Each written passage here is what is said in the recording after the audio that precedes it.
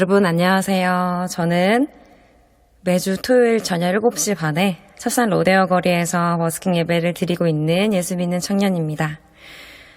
복음왕국 랜선 수련회 오신 우리 한 분 한 분 예배자님들은 너무너무 축복합니다. 이 시간 찬양받기 합당하신 주님의 이름을 높이며 찬양의 고백으로 주님 앞에 나아가는 이 시간 되기를 소망합니다. 제가 짧게 기도하겠습니다. 사랑하는 하나님 감사합니다. 찬양받기 합당하신 주님의 이름을 높여드립니다. 2023년도 시작하게 하시고 또 마무리까지 함께 하신 주님의 은혜를 찬양합니다. 여기까지 인도하신 주님, 우리의 모든 상황, 아픔, 슬픔, 우리 모든 상황을 아시는 주님, 우리에게 또한 선한 것으로 인도하시고 우리를 늘 먹이시며 인도하신 주님을 찬양합니다. 우리 고백 가운데 주님 임하여 주셔서 우리 고백을 아버지 기뻐 받아주시는 예배가 되게 하여 주시옵소서. 아버지께 모든 것 맡겨드리며 예수님의 이름으로 기도드립니다. 아멘. 내일 일을 너희가 알지 못하는도다. 너희 생명이 무엇이냐? 너희는 잠깐 보이다가 없어지는 안개니라. 잠깐 있다 없어지는 안개와 같은 우리의 존재를 사랑해 주셔서 예수 그리스도를 통하여서 우리에게 생명을, 그 영원한 생명을 주신 주님, 주님의 크심을 다시 고백하며 우리의 자감을 인정하는 아버지께 모든 주권을 올려드리는 우리의 고백 새로워지기를 소망합니다.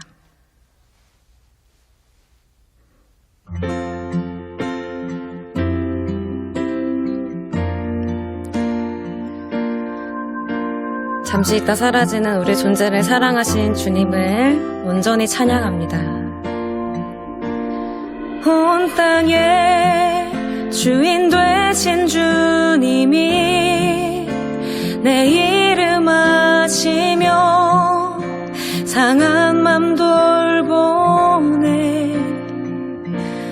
어둠을 밝히시는 새벽별 방황하는 내 맘 주의 길 비추시네.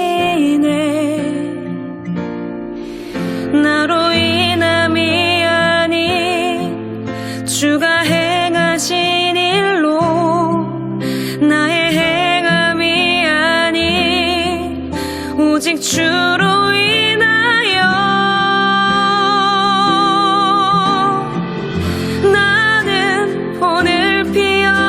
지는 이름 없는 꽃과 같네. 바다에 있는 파도 안개와 같지만 주는 나를 붙드시고 부르짖음 들으시며 날 귀하다 하시네.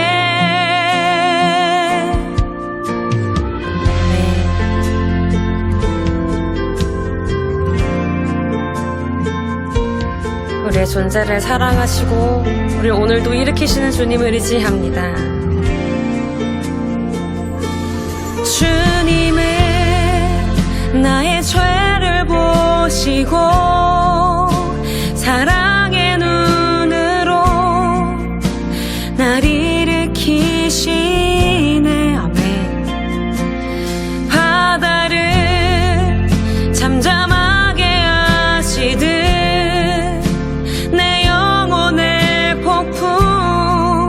고요케 하시네. 나로 인함이 아닌 주가 행하신 일로 나의 행함이 아닌 오직 주로 인하여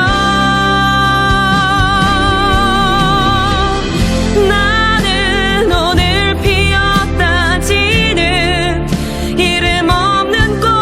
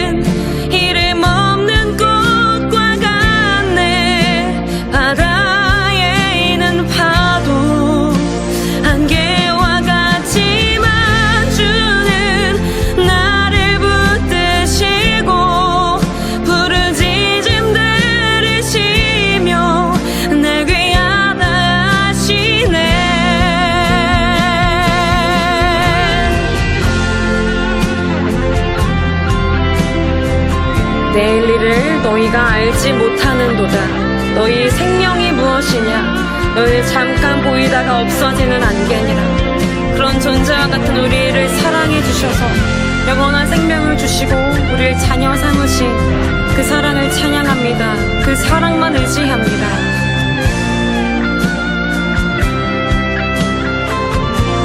나는 오늘 피었다 지는 나는 오늘 피었다 지는 이름 없는 꽃과 같네. 바다에 있는 파도 안개와 같이 와주는 나를 붙드시고 부르짖음 들으시며 날 귀하다 하시네. 나는 오늘 피었다 지는 이름 없는 꽃과 같네. 바다에 있는 파도 안개와 같이 만주는 나를 붙드시고 부르짖음 들으시며 날 귀하다 하시네.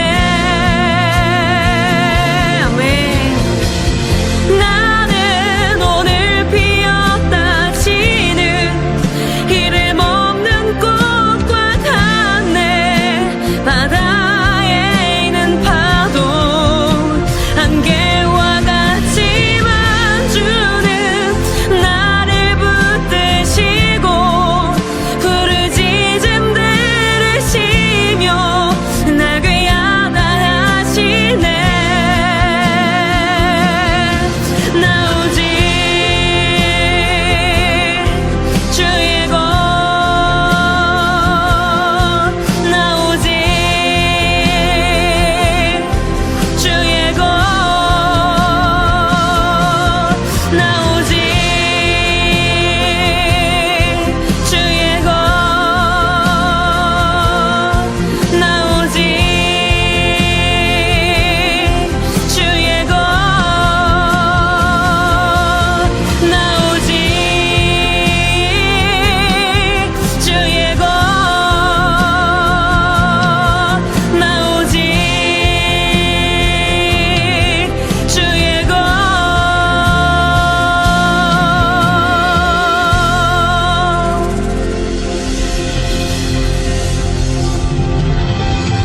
아멘.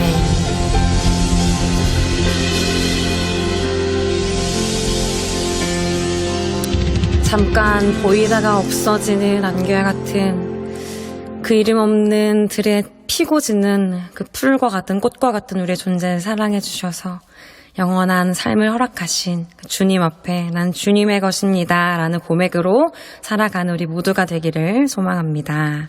아멘.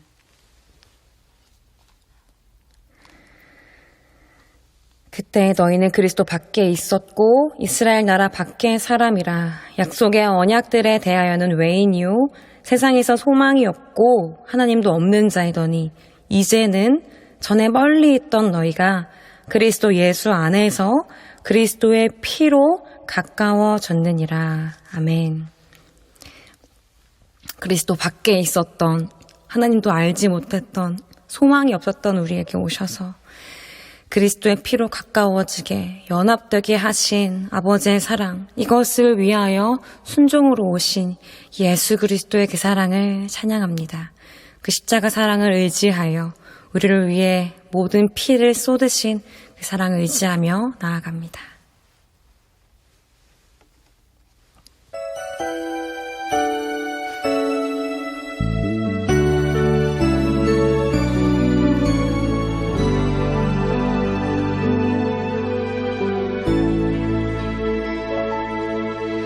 주님이 가신 길 골고다 십자가 나의 죄인하여 홀로 가신 길 걸음걸음마다 흘리신 그 피가 나의 더러운 죄 사하셨네. 아멘.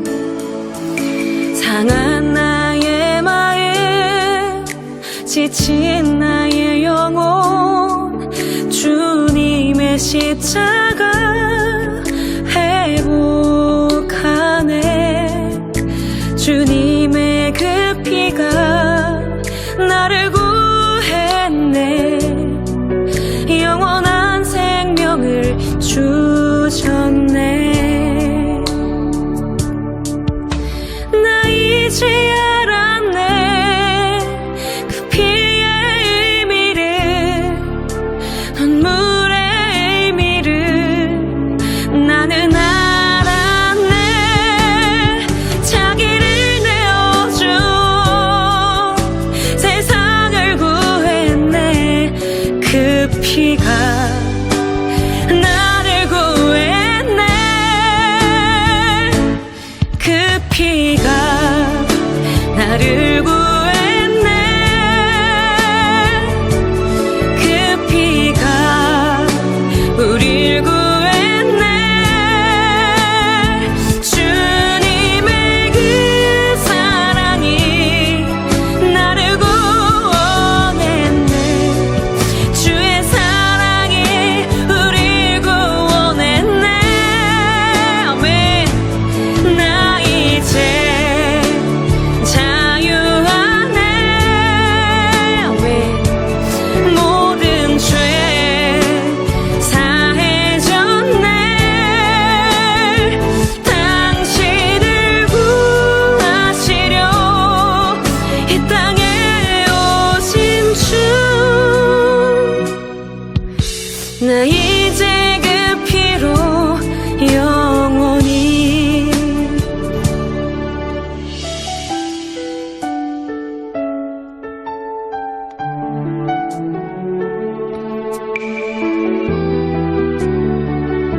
십자가의 보혈을 찬양합니다. 피 흘림이 없은즉 사함이 없느니라. 우리 모든 죄를 사하신 보혈을 찬양합니다.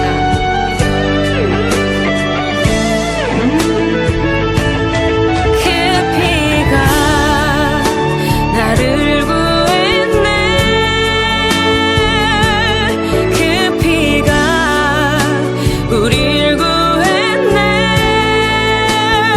주님의 그 사랑이 나를 구원했네.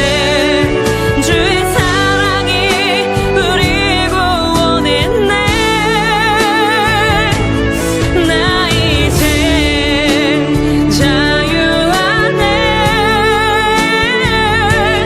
모든 죄 사해졌네.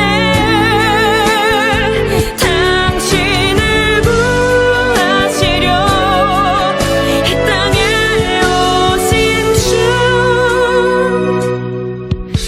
나 이제 그 피로 영원히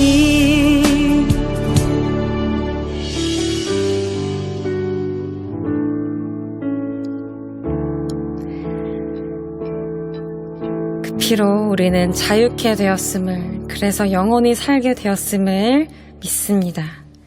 우리에게 그 피를 뿌려주신 예수 그리스도, 그것을 위해 이 땅에 오신 예수 그리스도를 찬양합니다. 아멘. 찬송하리로다. 그는 우리 주 예수 그리스도의 하나님이시오, 자비의 아버지시오, 모든 위로의 하나님이시며 우리의 모든 환난 중에서 우리를 위로하사 우리로 하여금 하나님께 받는 위로로서 모든 환난 중에 있는 자들을 능히 위로하게 하시는 이시로다. 아멘. 우리의 모든 상황, 아픔, 그리고 또 언제 넘어질 것을, 모든 것을 아시고 우리를 택하신 하나님이십니다. 우리의 고난도 아시고, 그리고 이것을 위하여 위로를 예비하신, 그리고 우리를 죄에서 구원하신 예수 그리스도, 영원한 기쁨과 평안과 안식을 주신 줄로 믿습니다. 가는 고난의 길 가운데 우리와 함께 하시며 우리와 함께 걸어가 주시는 주님과 동행하는 그 평안 가운데 살아가는 우리 모두가 되기를 소망합니다.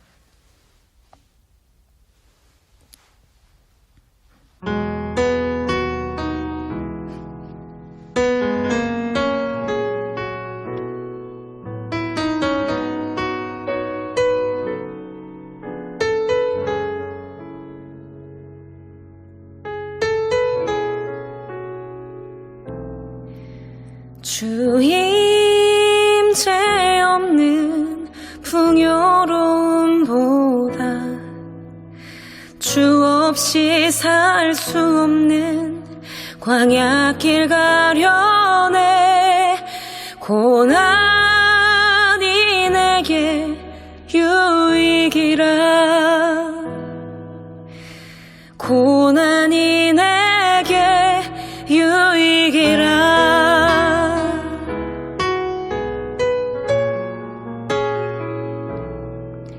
주 임재 없는 풍요로움보다 주 없이 살 수 없는 광야길 가려네. 고난이 내게 유익이라. 고난이 내게 유익이라. 주께로 가까이 주께로 가오니 나의 갈 길 다가도록 나와도 행하소서.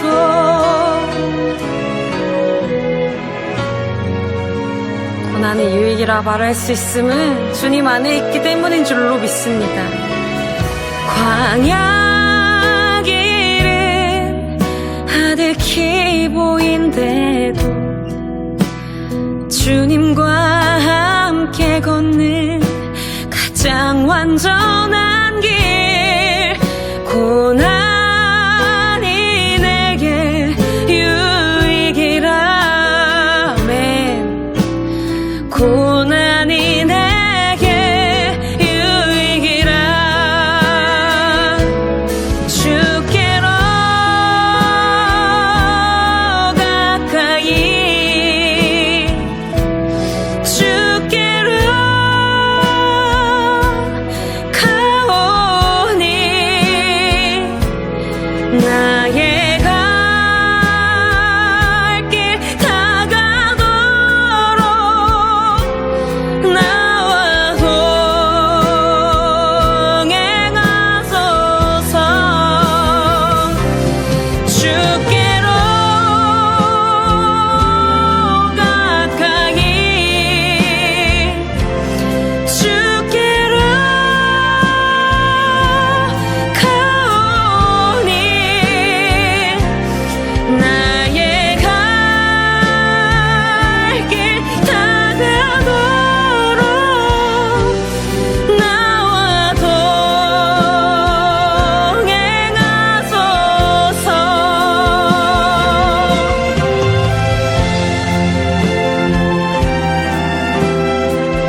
우리보다 먼저 광야의 시험 받으시고 우리를 위해 광야의 시험 당기신 예수님을 믿는 믿음으로 걸어가기를 소망합니다. 나의 갈 길 다가도록 나와도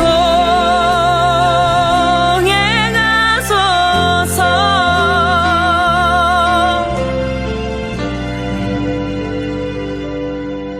나와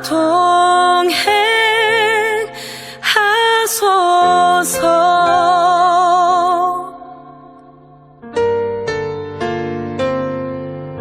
아멘. 우리와 지금도 그리고 영원히 동행하실 주님을 믿습니다. 아멘.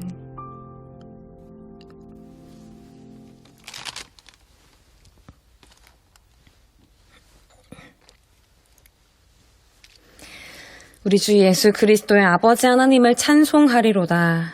그의 많으신 긍휼대로 예수 그리스도를 죽은 자 가운데서 부활하게 하심으로 말미암아 우리를 거듭나게 하사 산 소망이 있게 하시며 썩지 않고 더럽지 않고 쇠하지 아니하는 유업을 있게 하시나니 곧 너희를 위하여 하늘에 간직하신 것이라. 아멘. 물론 예수 그리스도를 믿는 믿음 안에 살아가지만 똑같이 고통과 슬픔을 우리는 겪습니다. 그렇지만 우리가 다시 기쁨으로 주를 바라보며 찬송하며 예배하며 나아갈 수 있는 이유는 우리 안에 예수 그리스도께서 소망으로 오셨기 때문인 줄로 믿습니다. 지금도 누릴 수 있고 영원히 바라보며 누릴 수 있는 그 산 소망이신 예수 그리스도, 그 예수 그리스도를 믿는 믿음으로 소망함으로 그 소망을 누리며 이 땅에서부터 영원히 살아가는 우리 모두가 되기를 소망합니다.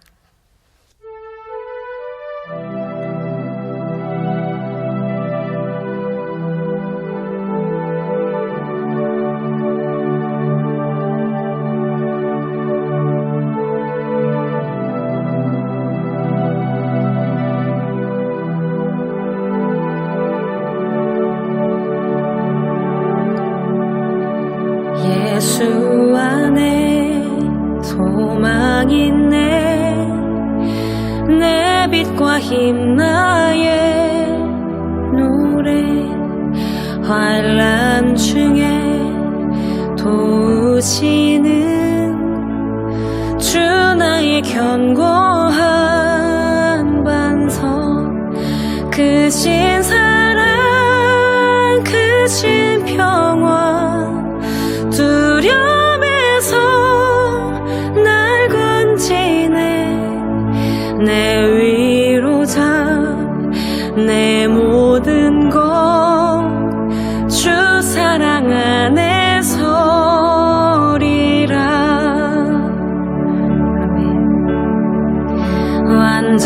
완전하신 하나님이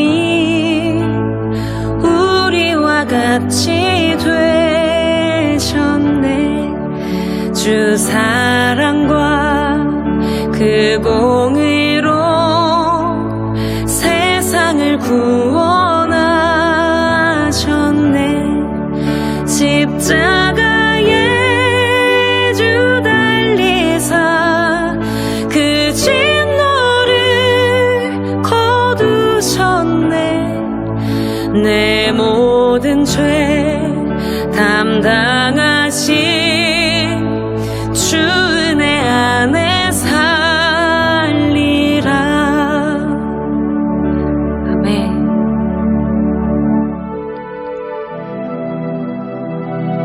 이것을 위해 이 땅에 오신 예수 그리스도를 찬양합니다.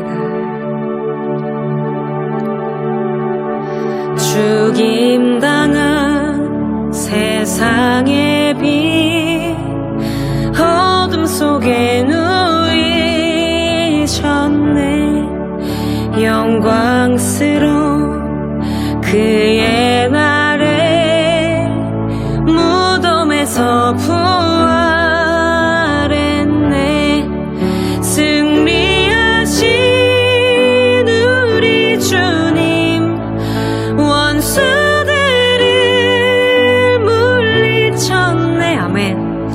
나 주의 것, 주 나의 것, 주 보혈 안에 살리라.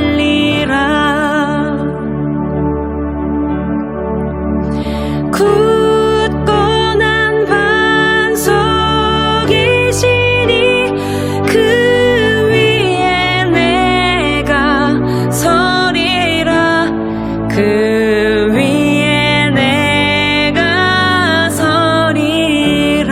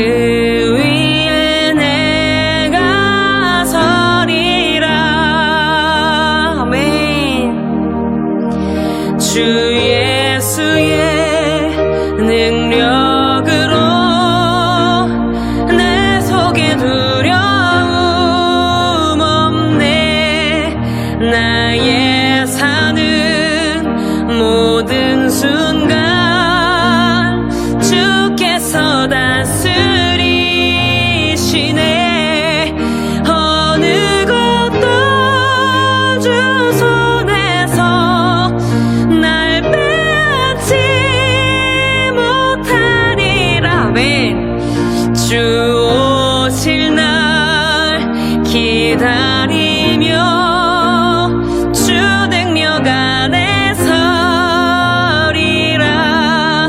어느 것도 주 손에서 날 빼앗지 못하리라. 주 오실 날 기다리며 주택역 안에 서리라.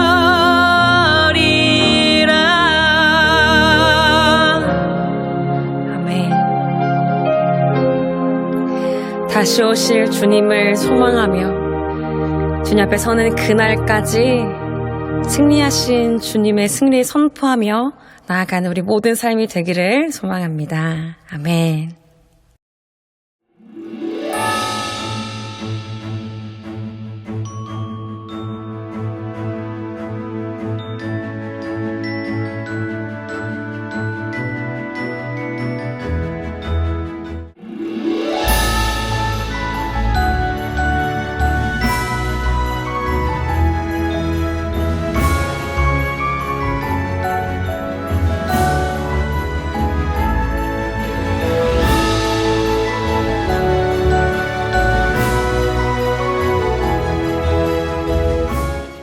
여러분 안녕하세요.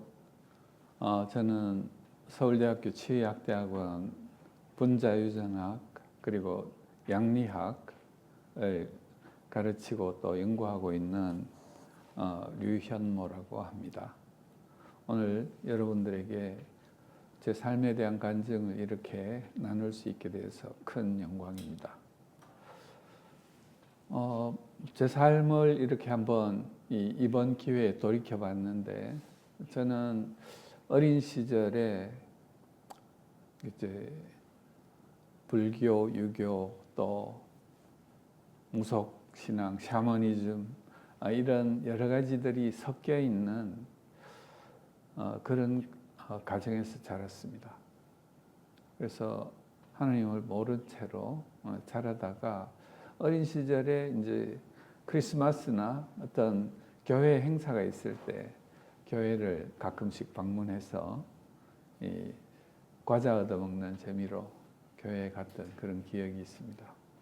그러다가 정식으로 예수님을 소개받은 거는 제가 이제 고등학교에 입학해서, 그때 제가 살던 대구에서 고등학교가 이제 무시험으로 시작된 첫 해에 제가 추첨으로 학교를 배정받았는데, 그게 대구의 이제 개성고등학교라고 1905년 경에 이제 설립된 장로교단이 세운 학교였습니다. 대구에는 그 교단에 의해 가지고 이제 개성고등학교, 신명여고, 그리고 계명대학교, 동산병원, 그리고 많은 교회들이 그들에 의해서 이제 세워졌죠. 그래서 저는 이제 그때 처음에 학교 입학식 한다고 갔는데 찬송가를 가르쳐 주더라고요. 입학 예배를 드리기 위해서 그 찬송가를 배웠고, 그 다음에 매일 수업이 시작하기 전에 주번이 앞에 나와서 그 기도하고 말씀을 한 구절 하고 찬송 하나 하고 이렇게 하는 것을 3년 동안 해왔던 것 같습니다. 그게 제가 이제 예수님을 아는 계기가 되었고, 그 성경 수업이 또 있었어요. 일주일에 한 번씩. 그때 소개받은 예수님. 그러나 이제 깊이 알지는 못했죠. 그러다가 이제 그 대학에 입학하면서 제 아내를 만났습니다. 대학에 같은 과, 같은 학년. 그래서 저는 이제 치과대학이었기 때문에 늘 6년간 같이 생활하는 우리 동기들이 이제 그 중에 이제 한 사람이었습니다. 두 사람이 이제 결혼을 염두에 두고 있다가 보니까 제 아내가 크리스찬 가정에서 자란 사람이었기 때문에 결혼하기 위해서 뭔가 교회를 끌고 가야 될 그런 생각이 있었던 것 같아요. 그래서 아내와 함께 교회를 나가기 시작했습니다. 그래서 이제 결혼하면 이제 교회를 나가겠다는 제가 이제 약속을 한 거죠. 왜냐하면 고등학교 때 이제 소개받았던 예수님에 대해서 제가 큰 거부감이 없었기 때문에 이제 그렇게 했던 것 같아요. 그러다가 이제 드디어 아내와 이제 결혼을 하고 이제 하기 전부터 이제 교회를 나가기 시작했습니다. 그래서 그 교회를 나가기는 했지만 교회 생활이 그렇게 이제 적극적이지는 못했어요. 그리고 저나 제 아내나 이제 결국 이제 졸업하고 나서는 자기가 이제 생각해왔던 커리어를 발전시키기 위해서 서로 노력하느라고 이 신앙생활보다는 세상적인 성공, 여기에 또 자녀 교육까지 자녀를 출산하고 양육하는 그 과정이 있으니까 그것까지 이제 겹쳐져 가지고 이제 그 젊은 시절 결혼 초기에는 정신없이 살았던 것 같아요. 그렇게 정신없이 살았지만 이제 약속은 약속이기 때문에 제가 이제 교회는 주일마다 빠짐없이 이제 가는 그걸 했습니다. 그런데 제 아내는 이제 크리스찬 가정에서 왔음에도 불구하고 좀 힘든 일이 있으면 교회를 안 가도 좀 이런 시기였어요. 그래서 제가 이제 제 아내를 많이 이제 정죄를 했죠. 그러니까 너는 어떻게 모태신앙이라는 사람이 그렇게 이 주님과 예배드리는 그걸 그렇게 이제 자기 좀 힘들다고 그걸 이제 안 할 수 있냐 이런 이제 말들을 해서 이제 제 아내의 가슴에 이제 비수를 꽂은 그런 일들이 많이 있습니다.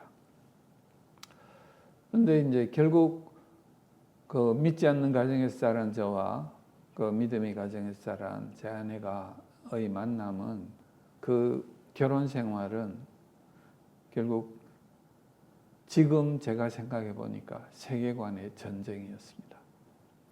저는 그 자라면서 부모님을 보고 배웠던 것, 그리고 학교를 다니면서 배웠던 그것들을 기반으로 해가지고 생성된 세계관이 있었지만 제 아내는 더 어릴 때 이제 할머니 손잡고 새벽 기도 가고 그 하나님은 나의 편이라는 이런 것을 확고히 가지고 있던 그런 사람이었기 때문에 서로 우리 집에 이제 시집을 왔지만 자기가 가진 세계관으로 인해 가지고 우리 가정의 어떤 이제 제사를 지내는 풍습이라든가 그다음에 여러 가지 유교적인 상하 관계라든가 이런 부분에 대해서 좀 많은 다툼이 있었던 것 같아요. 이게 그리고 이제 좀 항상 또 결혼하면 초창기에 잘 이제 길을 잘 들여야 된다. 뭐 이런 식으로 서로 그런 생각들도 있었던 것 같고 이래서 이제 부딪힘이 이제 지속적으로 있었던 것 같습니다. 그러나 그 과정에서 이제 조금의 타협이나 이런 것들이 있었던 것 같아요. 그래서 힘들지만 그 결혼 생활을 유지해 왔던 것 같습니다. 이런 측면에서 제가 이제 저희 결혼 초기를 되돌아볼 때 모든 청년들에게 제가 말씀드리고 싶은 부분은 결혼의 초기는 누구나 힘들다. 그러나 그 시기를 견뎌내고 이겨나가고 서로 거기에 대해서 서로 이해하지 못하면 결혼은 깨어지고 깨어진 결혼은 하나님 앞에 우리가 죄인으로 남는 것이다. 이제 이 말씀을 드리고 싶어요. 그러나 이제 힘든 그 고비를 넘어선 사람만이 부부, 하나된 부부로서의 어떤 그 가정을 통한 결국 행복, 이게 그 행복의 조건이라는 책을 보면은 그 행복은 고통을 어떻게 해소하느냐, 고통을 어떻게 효과적으로 해소하느냐에 달려 있다고 이야기를 합니다. 고통이 적어진 상태, 그게 이제 행복한 상태라고 이야기를 하는 거죠. 우리 삶에는 지속적으로 그런 고통들이 오는데 그게 가장 중요한 것이 이 깊은 인간관계를 통해 가지고, 그래 부부관계, 자녀와의 관계, 혹은 친구의 관계를 통해서 내가 힘든 일이 있을 때 그들이 나를 위로해주고 거기서 빨리 빠져나올 수 있도록 도와주는 그 관계들을 많이 만들고 또 깊은 관계를 만드는 것이 중요하다는 것입니다. 그 관계는 가장 중요한 것이 부부의 관계입니다. 부부의 관계는 그런 다툼과 서로 간의 끝없는 밀고 당기는 그 과정을 통해서 생긴 어떤 문제 해결이 되었을 때 그 신뢰관계와 그로 인해서 서로 정말 전우와 같은 그런 관계를 가지게 됩니다. 그래서 여러분들, 젊은 여러분들에게 말씀드리는 것은 이제 결혼해서 처음부터 이제 허니문 기간이 지나면 모두 이제 힘듭니다. 그 힘들지만, 그리고 자녀를 낳고 기르는 그것도 힘듭니다. 그렇지만 그 관계를 통해서, 그래서 행복의 조건에는 50대 이후의 행복에는 그 전의 어떤 성취나 혹은 부나 혹은 출세나 이런 것이 영향을 미치지 못하더라는 것입니다. 가장 중요한 것이 관계의 문제입니다. 그리고 결혼의 안정성. 흔들리는 가정은 그 사람을 불행하게 만듭니다. 그 다음에는 이제 중독되지 않는 것, 그 다음에 건강을 유지하는 것, 이런 것들이 해당이 된다고 합니다.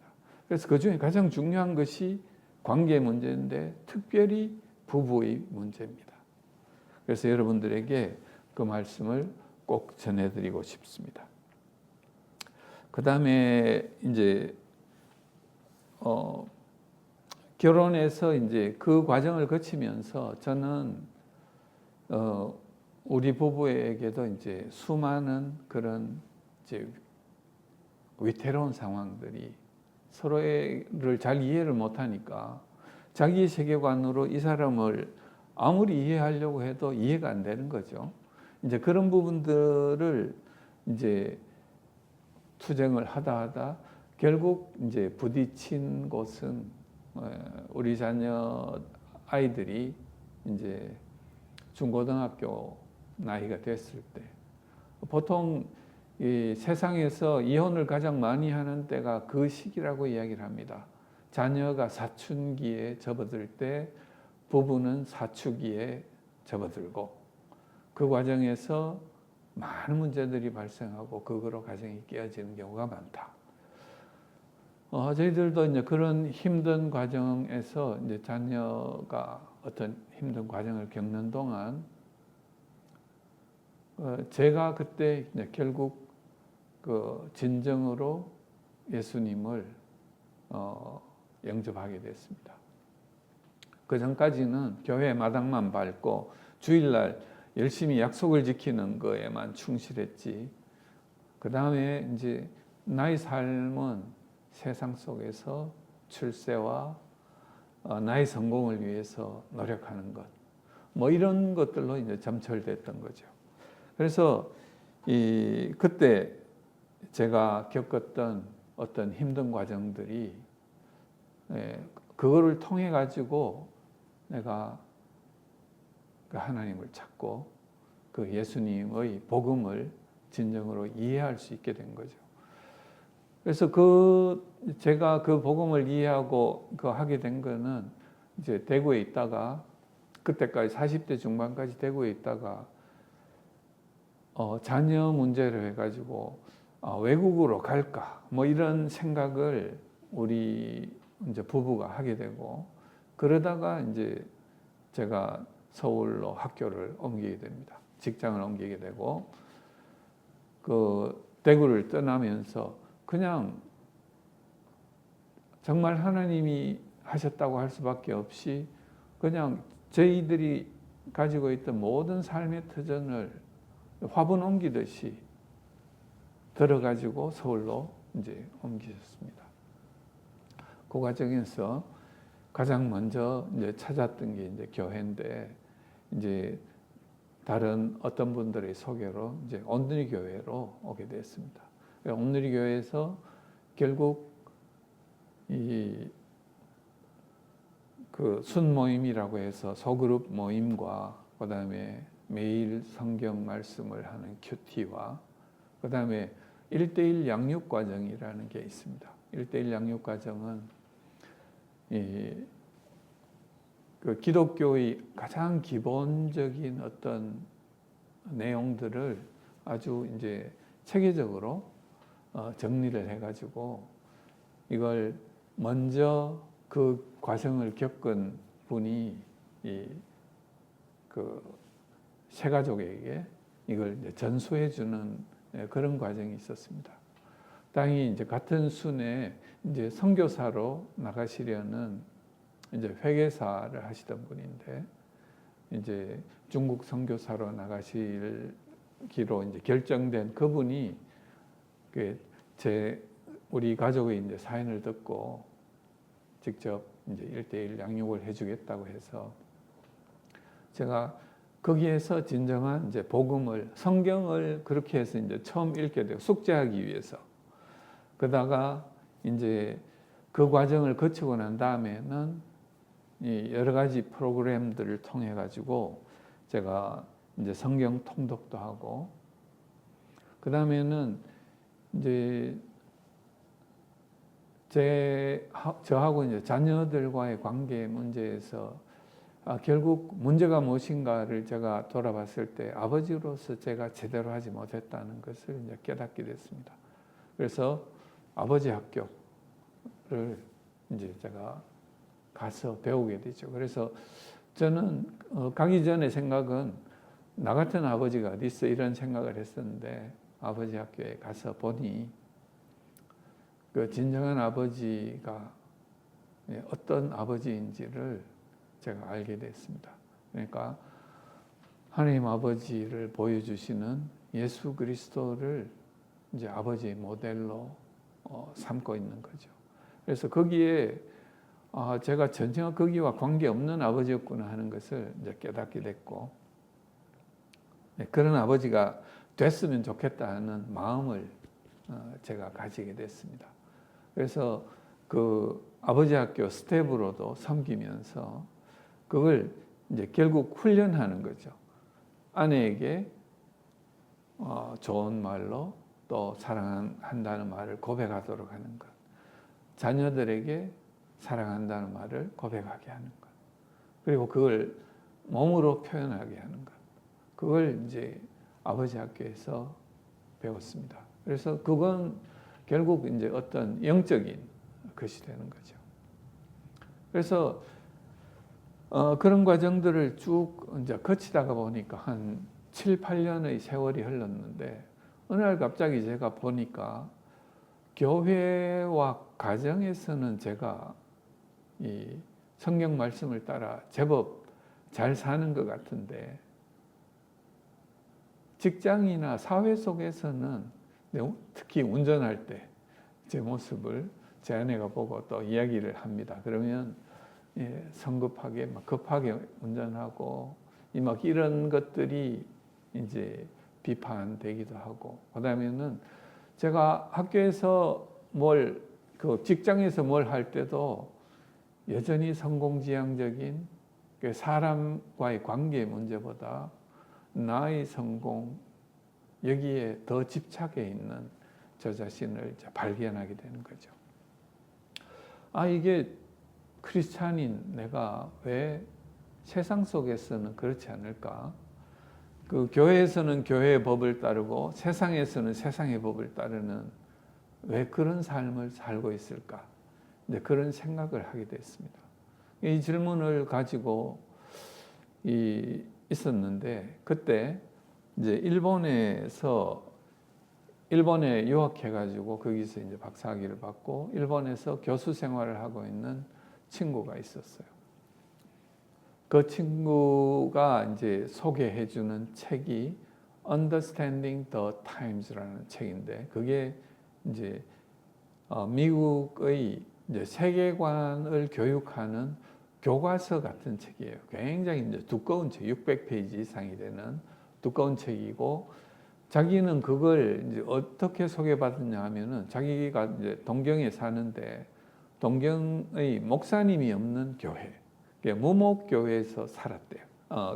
그 교회를 다녔는데 거기에 미국에서 오신 선교사님이 이제 설교를 할 때도 혹은 주중에 어떤 교육 과정 속에 이 세계관 과정을 가지고 하면서 실제적인 삶을 그거로 살아가는 그 세계관, 기독교 세계관으로 살아가는 것을 가르치고 있더라. 근데 그걸 보고 정말 자기가 깜짝 놀랐다는 것을 저한테 이야기를 했습니다. 가장 이제 대표적인 예가 결국 교회에 출석하고 있는 어떤 장로님과 집사님의 자녀들, 고등학교 다니는 자녀들이 어쩌다가 성관계를 가지게 되고 두 아이가 이제 임신을 하게 됐다는 거죠. 그랬을 때 이들의 태도가 정말 자기로 봐서는 놀라웠다. 그래서 두 부모님이 그 선교사님께 와서 성경은 이럴 경우에 어떻게 이야기를 합니까?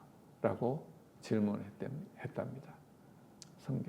그래서 선교사님이 고민을 하고 생각을 하다가 결국 성경은 혼 외의 어떤 결혼하지 않은 사람 사이의 어떤 성관계로 임신을 했을 때 결혼을 하는 게 맞다라는 것이 성경의 결론이다. 그래서 그 두 부모님께 두 아이를 결혼시키는 게 좋겠다. 그래서 그 선교사님이 두 아이를 불러가지고 성경은 이럴 경우에 너희들에게 이제 결혼하라고 이야기하신다. 그래서 두 아이는 기꺼이 결혼하겠다는 이야기를 합니다. 그런데 결혼을 하면은 부모로부터 독립해야 된다. 남자가 부모를 떠나 그 아내와 연합하여 하나가 되라고 이야기를 했다. 그러면 네가 경제적으로 독립을 해야 된다. 부모님으로부터. 그래서 네가 이제 학교를 그만 다니고 독립을 해서 돈을 벌어서 아내와 너희 자녀를 먹여 살려라. 그러니까 대신 양가 부모님들이 걔들을 이제 뒤에서 보살피면서 도움을 줄 수 있도록 이제 이야기를 했습니다. 그래서 두 아이는 이제 단칸방을 얻어가지고 아이를 놓고 학교를 이제 못 다니죠. 학교를 멈추고 그 삶을 살아가면서 이제 그 아이가 이제 어느 정도 그 유치원을 가든지 이렇게 됐을 때 이 아이들이 다시 학교를 졸업하고 대학을 들어가고 결국에는 그 과정 속에서 그 가정이 하나로 서고 진정한 하나님의 자녀로 서는 것을 봤다. 그래서 성경대로 하는 것이 정말 중요한 일이다라는 것을 이제 자기가 배웠다. 이 이야기를 들었습니다. 그래서 그게 도대체 뭐길래 싶어가지고 제가 그 책을 샀습니다. 영어로 된 책을 사가지고 굉장히 두껍기 때문에 이걸 뭐 쭉 다 읽기 그리고 이제 이게 세계관이라는 것이 10개의 학문 분야를 6개의 다른 세계관이 어떻게 바라보고 있느냐를 이 표처럼 아래로 10줄, 옆으로 6줄 짜리인 이걸 이제 세계관을 비교하는 것이었어요. 그리고 그게 이제 신학, 철학, 뭐 윤리학, 심리학, 그리고 뭐 그다음에 과학도 있고 뭐 이런 게 법학, 철학, 뭐 경영, 뭐 경제학, 뭐 이런 여러 가지가 다 들어 있는 거였어요. 그런데 이제 다른 전공의 용어들을 이제 이해하기 참 힘든 그런 상황에서 제가 이걸 다른 이제 학교에서 제가 또 논문도 써야 되고 그러기 위해서는 영어로 된 여러 가지 것들을 읽어야 되는데 그 과정 속에서 이걸 같이 읽기가 너무 힘들더라고요. 그래서 제가 그때 마침 이제 제 딸이 영문학을 전공하고 그 통번역 과정에 석사 과정에 있으면서 번역사 이 자격증을 이제 땄어요. 그래서 뭐 돈 벌 일 없나 그러면서 저한테 자꾸 이제 이야기를 하길래 그 책을 이야기를 하면서 이걸 번역하면 한 페이지당 얼마씩 주겠다 이렇게 이야기를 해서 그 딸아이가 그걸 결국 이제 힘들어하면서 결국 번역을 했고 저도 그 중에 이제 과학과 저와 연관되는 분야는 제가 같이 해가지고 제 딸과 함께 그걸 2013년에 번역을 하게 됩니다. 그리고 그 번역을 하고도 이제 그걸 읽기가 힘들었을 텐데 그 출판사가 교정을 전부 저희들 보고 이제 보라고 이야기를 했어요. 그래서 그 첫 쇠를 만들어 가지고 온 걸 가지고 저와 제 아내와 제 딸과 함께 앉아 가지고 밤마다 이걸 해가지고 몇 번씩 이제 책을 읽게 되었죠. 그러니까 그 내용을 이제 좀 많이 익숙하게 되었습니다. 그러다가 제가 이제 그걸 더 이제 하게 된 거는 그 다음 해에 치과대학 제가 있는 대학이 이 전문대학원으로 4년 졸업생만 전부 받다가 이제 고등학교 졸업생을 반을 받을 수 있겠어요. 그래서 말하자면 예과 같은 게 생긴 거죠. 그런데 갑자기 그게 과정이 생기니까 커리큘럼이 아무것도 없는데 그걸 이제 채워야 되기 때문에 교수들에게 이제 그 커리큘럼이 될 수 있는 거를 제안해 보시오라고 저한테 이야기를 했어요. 뭐 모든 교수에게 이야기를 했는데 제가 그때 이제 겁도 없이 이걸 학생들에게 가르쳐야 되겠다는 생각으로 세계관의 이해라는 과목을 개설을 했습니다. 그 신입생, 그 학사 과정에 처음 들어온 학생들에게 이걸 가르쳐야 되겠다. 그래서 그걸 강의를 하기 위해서 할 수 없이 또 매년 새롭게 또 공부를 하게 됩니다.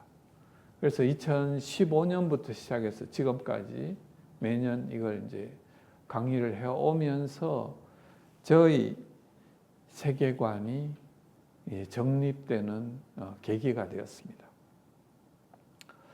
그래서 이제 그 세계관이 정립된다는 건 뭘 의미하느냐 하면 느헤미야의 1장 3절에 보면은 그 예루살렘을 다녀온 자기 동생 느헤미야의 동생 하나니라는 사람한테서 예루살렘의 형편을 듣게 되는데 1, 2차 귀환으로 해가지고 예루살렘 성전이 재건됐어요.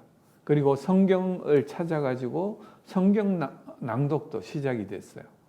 그런데 무너진 성벽과 성문들은 그 바깥에 외적으로부터 성 안의 성민들과 성전을 보호할 수 없었습니다. 그러니까 신앙을 지킬 수 없는 거예요. 그래서 성벽과 성문이 세계관이다라는 것을 제가 이제 깨닫게 됐습니다. 그래서 세계관은 우리의 신앙을 뒤흔드는 세상의 질문에 대해서 우리가 대답할 수 있는 것이다. 기독교를 변증하는 것이 세계관이다 라고 이야기할 수 있습니다. 그래서 그 과정을 하다가 보니까 제가 이제 사실은 처음 예수님을 영접하고 마음이 뜨거워가지고 전도하려고 많은 사람들에게 전도도 하고 했었는데, 제가 친한 친구에게 예수님을 전하려고 이야기를 했는데, 그 친구가 기독교에 대한 굉장히 비판적인 시각을 가지면서 그 그리스도인이 한 죄악된 여러 가지 행동, 그래서 그 중세 때 이제 그 예루살렘을 향해간 이제 전쟁한 십자군 전쟁부터 시작해서, 그 다음에 종교개혁을 했던 켈빈이 그걸 이단들에 대해서 거의 죽이다시피 한 그러한 행동들, 그 다음에 그리스도인들이 한 여러 가지 악한 행동들을 가지고 저한테 이제 공격을 하는 거예요.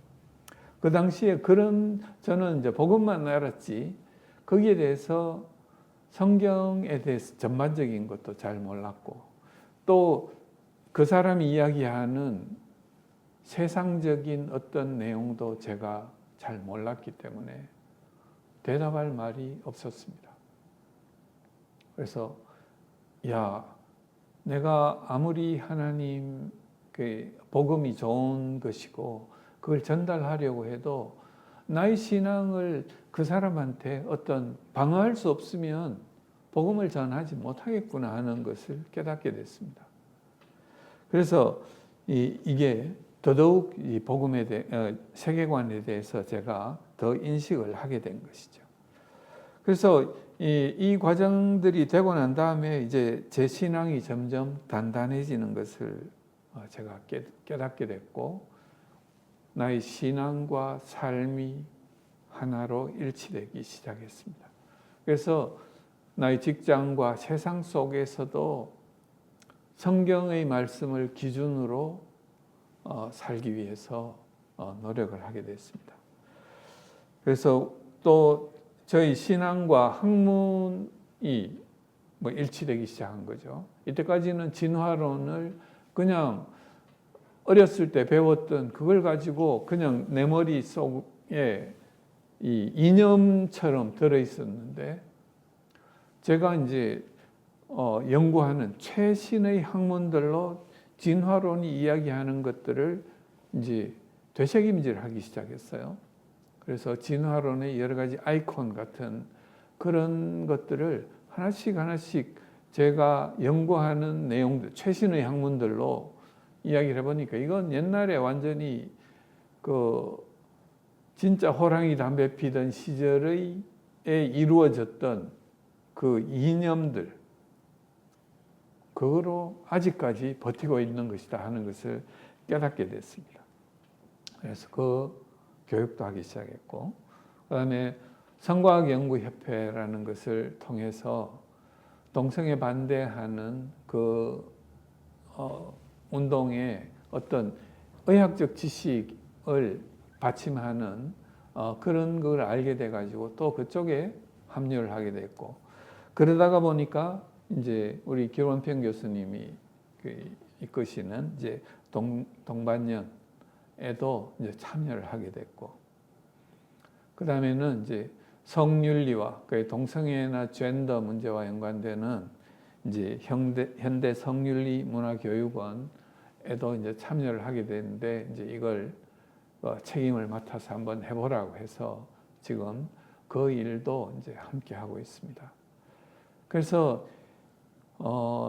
제가 여러분들에게 이제 말씀드리고 싶은 것은, 세계관이 중요한 게 아니고 먼저 하나님의 말씀을 우리가 아는 것이 가장 먼저이라는 것이죠. 그리고 그 말씀의 기준에 근거해서 세상을 바라보는 것이죠. 그런데 그거로 모든 게 해결될 수 있으면 다른 세계관 필요 없어요. 그렇지만은 내가 세상 속에 살면서 다른 사람의 공격으로부터, 혹은 나의 복음을, 예수님이라는 그 복음을 다른 사람에게 전달하려 할 때 막히는 어떤 벽 같은 것들이 있는데, 그걸 넘어서 뭔가를 해보고 싶다면 그 사람들이 어떤 세계관을 가지고 있는지 우리가 이해해야 됩니다. 그래서 먼저 하나님의 말씀을 우리가 이해하고 예수 그리스도가 어떤 분인지를 분명히 안 다음에 그것이 세상으로 나갈 때 어떤 걸림돌이 있는지, 세상으로부터 어떤 공격이 있는지 하는 것을 우리가 이해하는 것이 중요합니다. 그래서 오늘 제 간증을 이것으로 이제 마치는데, 제가 잘 인용하는 성경 말씀 한 구절로 마치도록 하겠습니다. 로마서 12장 2절입니다. 너희는 이 세대를 본받지 말고 마음을 새롭게 함으로 변화를 받아 하나님의 선하시고 온전하시고 기억이 이제 분명히 안 나네요. 하나님의 뜻을 분별하도록 하라 그랬습니다. 그게 뭐냐면 세상과 하나님의 뜻입니다. 마음을 새롭게 함으로. 마음을 새롭게 한다는 것은 거듭나는 것을 의미합니다. 거듭나서 너희들은 이때까지 세상에서 살아왔던 세상이 너희들에게 하라고 한 그 이야기와 하나님이 우리에게 선하시고 온전하신 그 뜻이 무엇인지 그 둘 사이를 분별하라. 그것이 세계관입니다. 그래서 여러분들에게 말씀을 먼저 가까이 하시고 그걸 성경 전체로 이해를 하시고 그 구절 한 구절 한 구절을 가지고 따지지 마시고 성경 전체가 하는 이야기가 무엇인가 하는 것을 보시고 그 말씀을 기준으로 여러분들이 사는 삶이 됐으면 좋겠습니다. 감사합니다.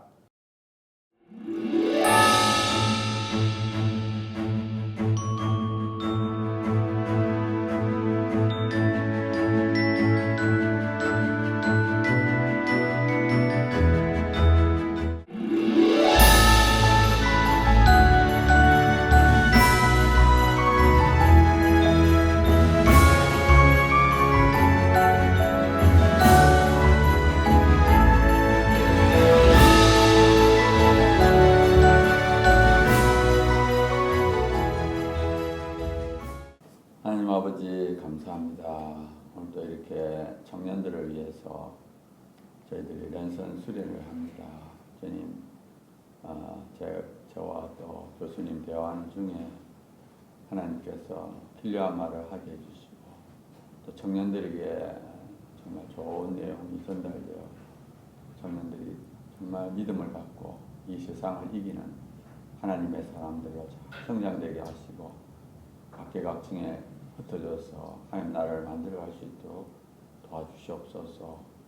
부족한 우리를 끝까지 사랑하시고 오늘까지 인도하신 하나님께서 앞으로도 인도하실 것을 믿고 또 저희들의 이 대화 속에서도 하나님 함께해 주시옵소서. 예수님의 이름으로 기도합나이다. 아멘.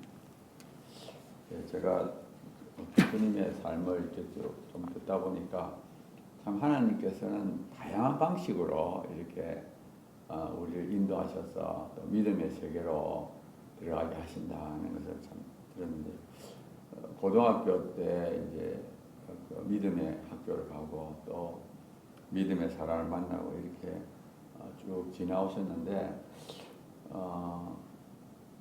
제가 이제 궁금한 것은 이제 어릴 때는 이제 기독교 세계관이 아닌 다른 세계관 속에 살다가 이제 점차 이렇게 어떤 기독교 세계관이 이제 스며들어오게 되는데, 아까 이제 예수님을 이제 만나는 사건을 이제 어려움을 겪으면서 가는데 좀 구체적으로 어떻게 어떤 식으로 그때 좀 심령이 변화가 되면서 하나님을 깊이 만나게 되는지 좀 구체적인 내용을 좀 말씀해 주시면 고맙겠습니다.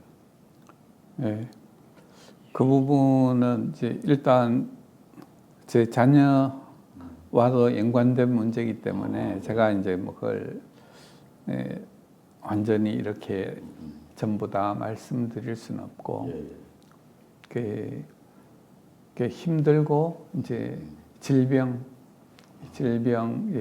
또 약간의 정신 질환 뭐 이런 그 쪽이라서 이제 그런 과정 속에서 이제 제가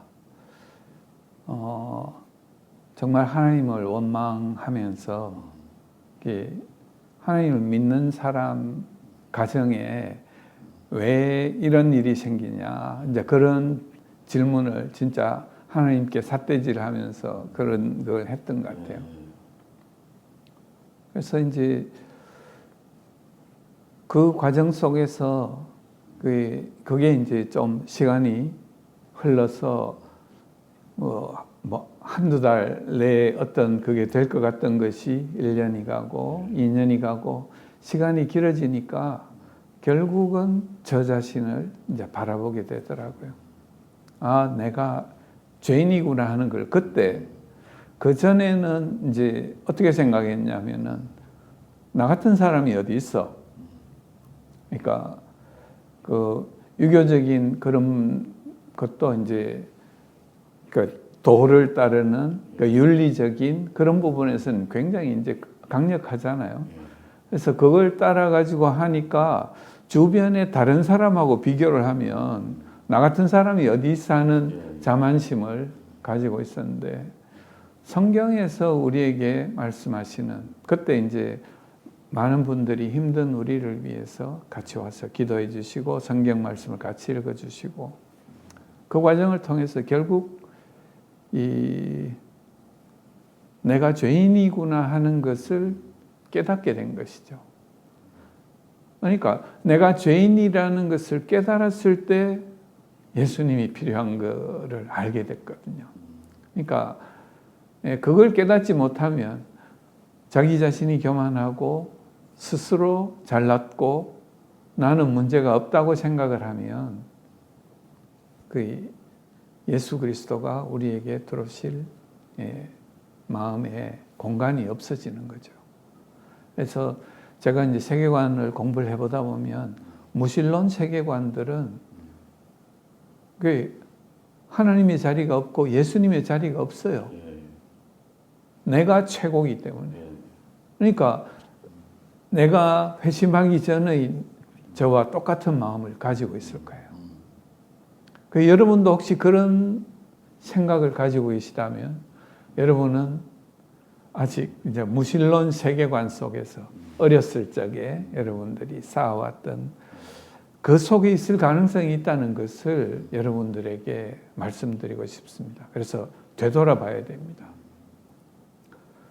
그래서 이제 그런 부분에서 이제 그 내가 죄인이라는 이걸 이제 깨닫고 그 다음에는 아무리 그래도 죄인이라도 그렇지 어떻게 이제 이걸 견디라고 이제 이런 원망에 그걸 했었는데 그때 다니엘서 다니엘과 세 친구들이 사자굴에 던져지는 그 성경 부분을 3장인가 아마 거기를 읽을 때 그 세 친구들의 고백 중에 우리가 절하지 않겠다. 그리고 우리가 절하지 않고 벌을 받더라도 하나님이 우리를 구해 주실 것이다. 라는 그 믿음을 가진 것. 그 다음에는 제가 이제 꼬꾸라진 게 그리 아니하실지라도 제 자녀의 어떤 이런 어려움에 대해서 하나님께서 해주실 것이다.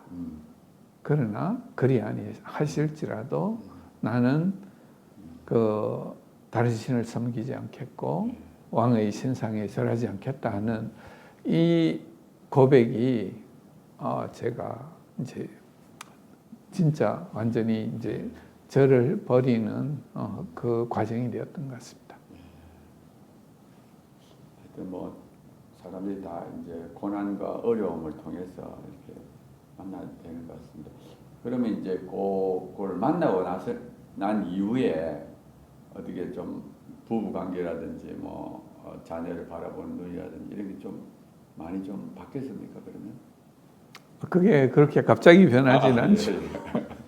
그래서 거의 그리스도 안에 있으면 새로운 피조물이라 이전 것은 지나서 보라 새 것이 되었도다 하는데 여전히 문제는 문제로 있고 그걸 해결하는 것은 아직 이제 시간이 걸리더라고요. 그래서 제 아내하고 저희 관계도 둘 다 그렇게 해서 이제 깨짐으로써 각자 하나님을 바라보게 된 계기가 된 것 같고, 각자 하나님과 점점 가까워지다 보니까 둘 사이의 거리도 가까워진 거예요. 반대편에 있어도 하나님께 둘 다 가까이 가면 이제 가까워지는 거니까 점점 좋아지기 시작했고, 그 과정에서 이제 제가 아버지로서 또 남편으로서 가지고 있는 문제를 깨달았을 때 아버지 학교를 가게 되었고, 그 아버지 학교에서의 훈련들이 처음 배운 것과 스텝으로 오랫동안 섬기면서 몸으로 익힌 그것들이 결국 가정에서의 문제를 해결하는 그 방법이 됐던 것 같습니다. 그래서 결국 우리가 성경 말씀을 알아도 그게 실제로 삶으로 이게 나의 행동으로 옮겨지지 않으면 그것은 그냥 공허한 머릿속에 있는 지식에 불과한 것이죠. 실제로 마음으로 가슴까지 내려오고 그 가슴에서 손과 발로 가야지 그게 진정한 복음이 나에게서 실현되는 것이라는 것을 이제 그렇게 깨닫게 됐습니다. 조금 전에 아버지 학교를 좀 말씀하셨는데, 뭐 아버지 학교를 가서 뭐 깨달은 점 한두 개 말하면 어떤 걸 크게 이제 깨달아지고 변했다 할까?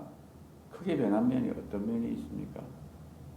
예를 들면 뭐 그 전에는 우리가 이제 이전에 제가 자라면서 또 학교를 다니면서 혹은 책을 읽고 내가 가졌던 정보들에 의해서 아버지란 무엇인가 하는 그 상을 가지고 있는 거죠. 나에게 아버지 모델은 우리 아버지밖에 없었거든요. 우리 아버지는 이제 공무원으로서 굉장히 이제 철저하게 이 시간을 지키고 또 직업에 충실하신 분이었어요. 그런데 가정에는 조금 더 등한시한 분이셨어요. 그래서 바깥에서 열심히 일하고 이런 게 아버지구나.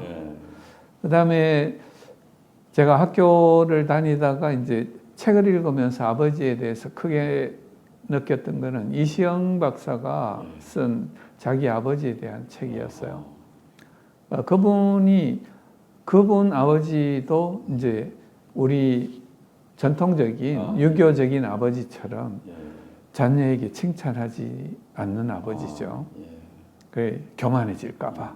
그게 이제 유교적인 아버지들의 이제 대부분의 특징적인 거죠.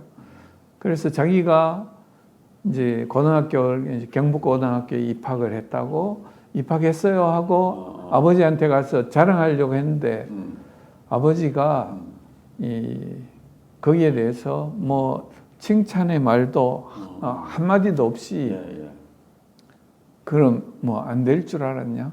아니, 이런 이야기를 했다는 거죠. 어떤 자녀 같으면 그거에 의해서 굉장히 큰 상처를 받았을 텐데 그분은 그거를 해석하기를 아버지가 나를 그렇게 믿고 있었구나 라는 걸로 받아들였다는 거예요.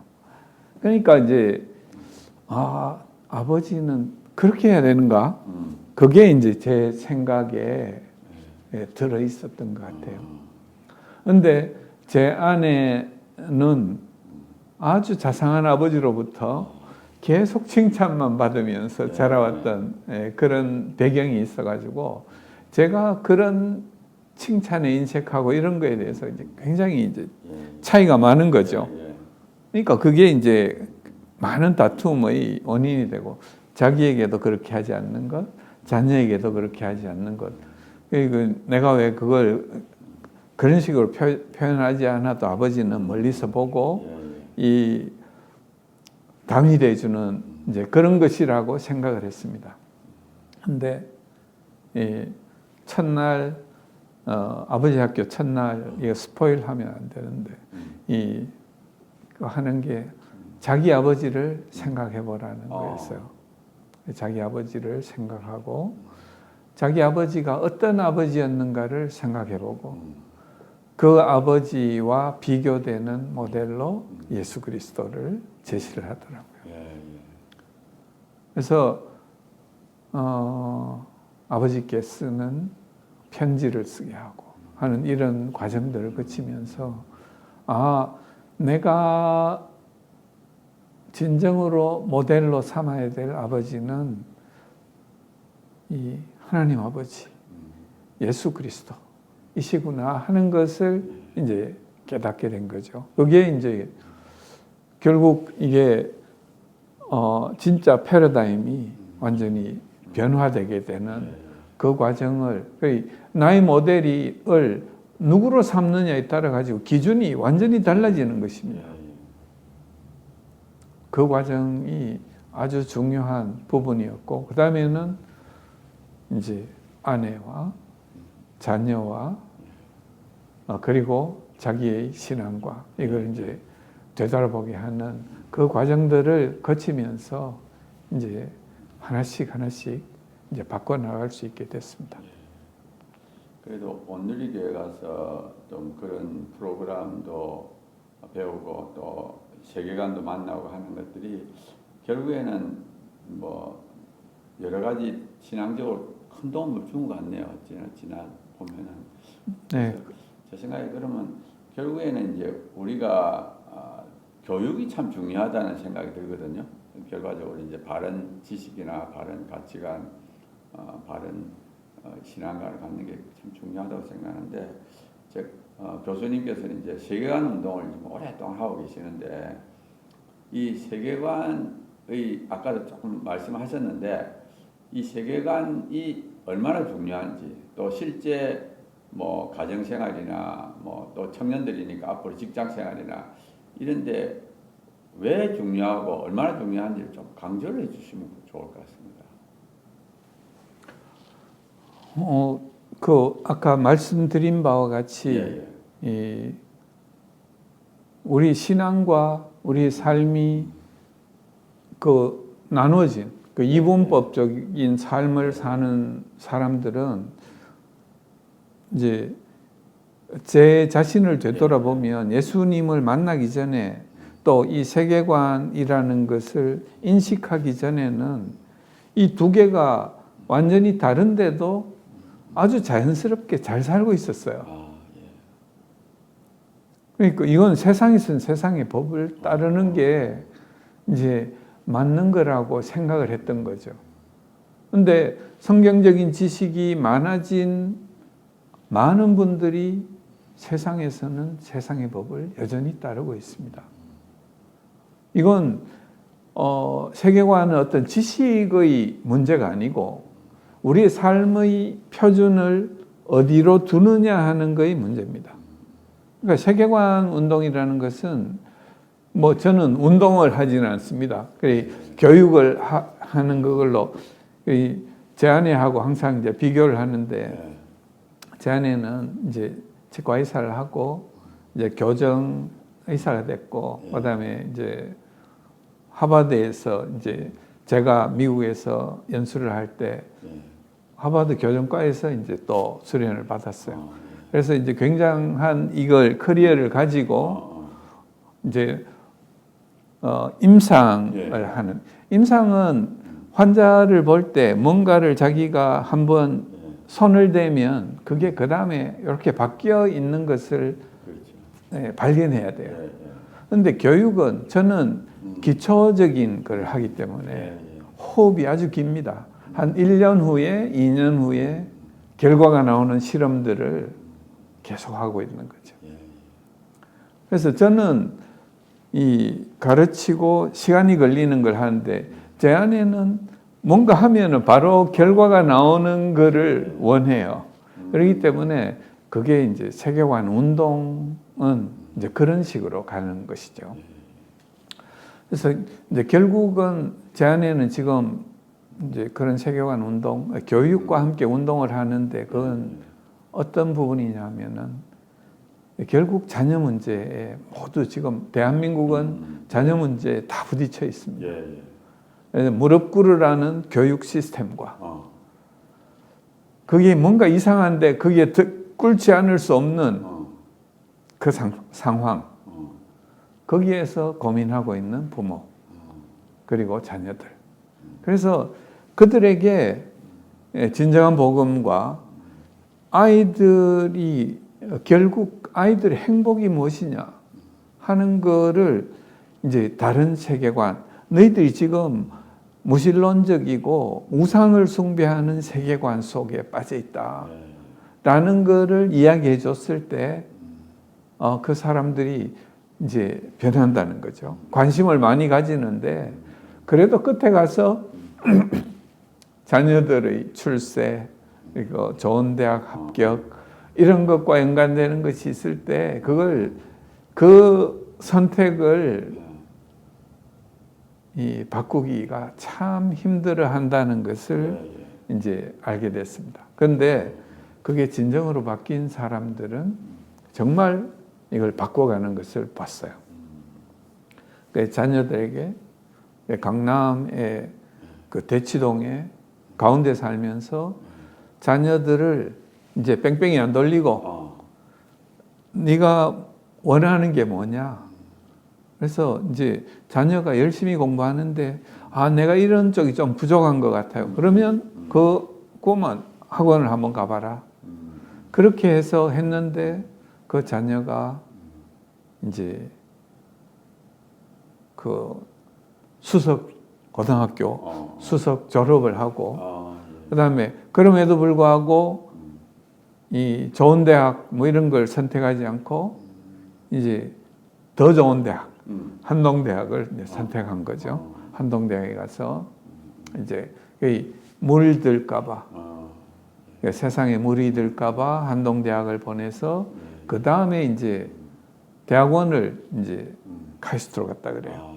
그래서 이제 결국 그분의 선택은 어려서부터 자녀와 성경을 같이 읽고 그 다음에 그분도 그 학교에서의 잘못된 성교육에 눈을 떠가지고 그걸 반대하는 것을 몸으로 부딪히면 자기 자녀를 보호하기 위해서 하다가 세계관이라는 것을 깨닫게 됐고 그 충돌하는 세계관이라는 그 제가 번역한 그 책을 이제 자기들 독서 그룹에서 이제 읽으면서 이제 독자적으로 이제 공부를 했던 분이면서 그걸 자녀들에게 직접 이제 적용하고 그걸 이제 삶 속에서 진짜로 적용하려고 노력하는 정말 존경스러운 그런 이제 부부들을 이제 봤습니다. 그래서 여러분들에게도 결국은 우리의 삶은 예수 그리스도라는 그 기준에서 벗어나면 다른 우상을 섬기는 거예요. 우리의 삶의 기준이 어디로 가야 된다는 것을 항상 생각을 하면서 살아야 됩니다. 저 궁금한 게 이제 우리 교육을 통해서 이제 이런 세계관이 있다, 이런 세계관이 있다 여러 가지 가르쳐 주잖아요. 근데 이제 교육받기 전에 이제 자기 자신의 어떤 세계관이 있지 않습니까? 네. 그러면 정말 그런 지식을 배우는 걸 통해서 세계관이 바뀝니까? 이제 본인이 갖고 있던 세계관이 바뀔 수가 있는 건지 정말 그냥 들어서 그것만 가지고 이게 바뀌기는 어렵지 않을까? 여전히 좋다. 뭐 이렇게 하지 않을까 싶은데 좀 그게 궁금한 것 같아요. 이렇게 가르치기만 하면 그게 성과가 나고 되는 건지 아니면 그게 어떻게 생각하세요? 그래서 이제 저도 이제 그 부분에 대해서 이제 고민이 많았습니다. 왜냐하면 저는 주로 이제 교육을 하고 예.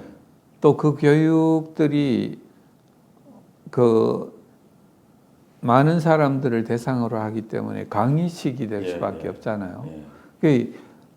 그 씨를 뿌리는 역할을 하는 거지 그게 열매를 맺는지는 제가 아는 것이 참 힘들었습니다. 예. 그러나 이제 그게 이제 특히 학교에서 예.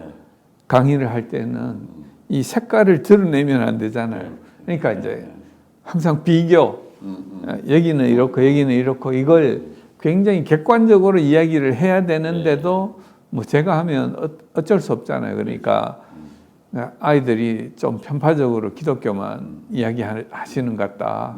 아, 그렇지 않다. 같이 하잖아. 뭐 이렇게 하면서 이제 이걸 진행하는데 결국 끝이 났을 때 아이들이 아, 기독교에 대해서 조금 관심이 생겼다. 아, 예. 뭐 이런 이야기를 하는 애들이 이제 많아졌어요. 예, 예.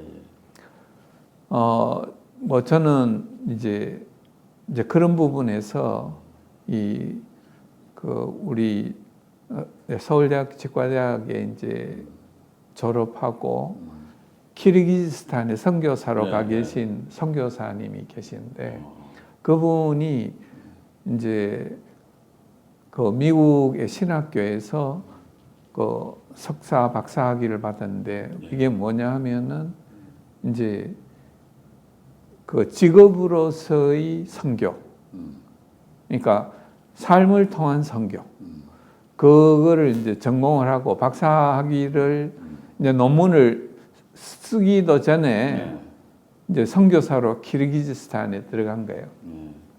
그분이 키르기즈스탄에서 거기는 이제 국교가 이슬람이기 때문에 전도를 할 수가 없습니다. 그런데 이제 그분이 하신 방법은 이제 미국의 선교사님이 와서 광주 기독병원에서 거기에 치과를 만들고 그 미국의 미시간 대학이라는 아주 좋은 대학에서 치과 대학을 나온 그분이 이제 보철이라는 거를 전공을 거기서 해가지고 자기가 가진 지식을 자기 이제 레지던트들한테 이걸 전수를 하면서 삶으로서 그 모범을 보여주신 거예요.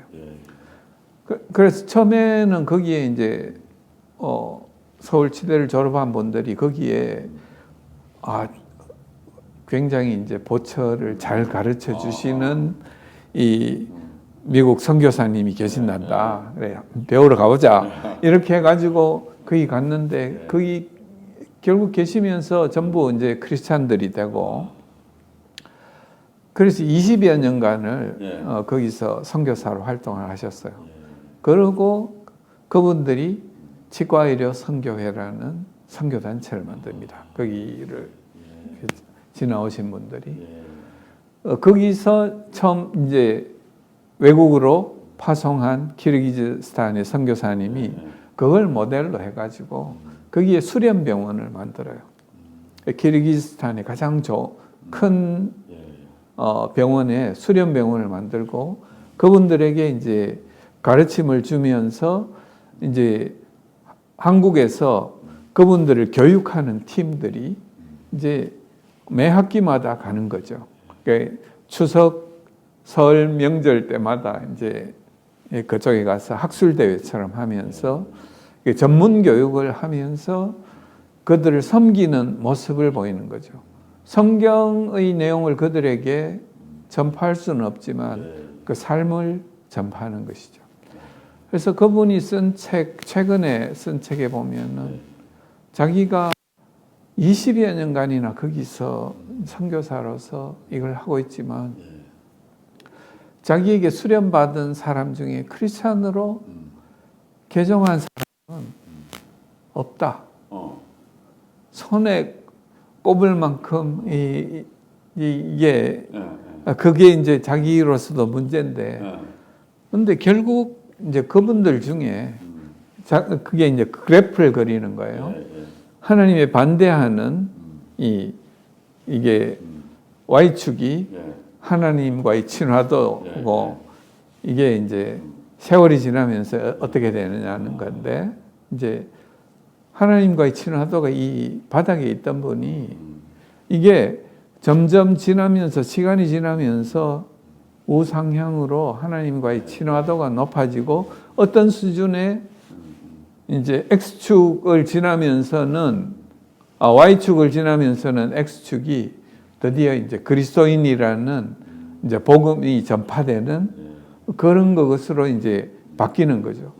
근데 우리는 이 부분만 내가 그리스도인이 되었다라고 하는 그 복음 전파만 이야기하는데 저희가 하고 있는 거는 이 굉장히 마이너스인 부분을 마이너스가 덜하게 혹은 조금 플러스가 되게 그래서 복음을 받아들이기 직전의 단계까지 여기까지 만드는 것이 자기 일이고 그 다음에 그런 일들은 그들이 하는 행동으로 보면 알 수 있다. 이제 자기들이 그걸 맡아가지고 한국에서 와서 섬겼던 것처럼 자기들이 돈을 내가지고 그걸 섬기고 하는 그 일을 하고 있는 것을 볼 때 그 자기는 이 부분의 일은 보이지 않지만 아주 중요한 것이다. 그래서 세고한 교육을 하는 것도 마찬가지라고 저는 생각을 합니다. 뭔가 마음에 찔림이 있고 내가 이쪽이구나라는 걸 깨달으면 방향의 전환이 생길 수 있을 거라고 생각을 합니다. 그래서 이제 그 부분에서 제가 최근에 읽은 그 책을 통해서 저도 이제 굉장히 큰 위로를 받았습니다. 그럼 조금 제가 질문을 다르게 해가지고 이제 현대 청년들, 현대 뭐 청년들을 포함한 사람들이 자꾸 이제 믿음이 약해지고 있잖아요. 세월이 가면 갈수록. 그럼 왜 이렇게 가면 갈수록 믿음이 이제 약해지는지 또 그러면 어떻게 하면 우리가 이거를 다시 좀 뭐랄까 믿음을 부흥시킬 수 없을지 혹시 그런 걸 생각해 보신 적이 있습니까? 그게 이제 믿음이 약해지는 거는 청년들이 믿음이 약해지는 거는 부모님들의 믿음과 연관이 있다고 생각이 듭니다. 그래서 부모님이 이분법적으로 아주 잘 사시면 자녀들도 괜히 그런 생각을 할 수 있게 되고 아니면 이제 비판적인 사춘기를 지나면서 신앙을 버릴 수가 있겠죠. 이게 맞는지 이게 맞는지 저 사람들 보니까 내가 이 신앙을 굳이 가질 필요가 없겠구나. 믿음대로 행동하지 않는 것이죠. 세상 속에서. 그 부분을 우리 아이들은 굉장히 이제 비판적으로 보는 눈이 있잖아요. 젊을 때는. 그때 이제 잘못된 것을 보여주는데 그런데 이제 자기 자신도 결국 그쪽으로 가는 거죠. 그러니까 교회 가는 게 별 필요가 없다라고 생각할 가능성이 많습니다. 그래서 여러분들이 이제 복음을 전파해도 잘 안 되는 거는 여러분들이 그렇게 복음대로 사는 거를 보여주지 못하면 아까 이야기한 우리는 지금 굉장히 이제 마이너스적인 Y축에 마이너스 쪽에 와 있는 이 어두운 환경에 있는 사람들에게 복음을 전파해야 되는데 여러분이 말로 아무리 이야기해도 사는 게 그 따윈데 뭐 내가 어떻게 그걸 따라해 이런 거니까 결국 삶으로 그것을 보여주지 않으면 복음의 전파는 굉장히 힘들다고 봅니다. 그래서 그 전에 정말 너희 마음에 그리스도를 주로 삼아 거룩하게 하고 내가 먼저 거듭난 다음에 너희 속에 있는 소망에 관한 이유를 묻는 자들에게는 그러니까 그게 뭔 말이냐 하면은 딴 사람이 보기에 우리가 이상해야 되는 거예요. 왜 저래 살까 저 사람은? 왜 저런 선택을 할까를 이상하게 생각하고 물을 때 온유와 두려움으로 대답할 것을 준비하라고 이야기를 했습니다.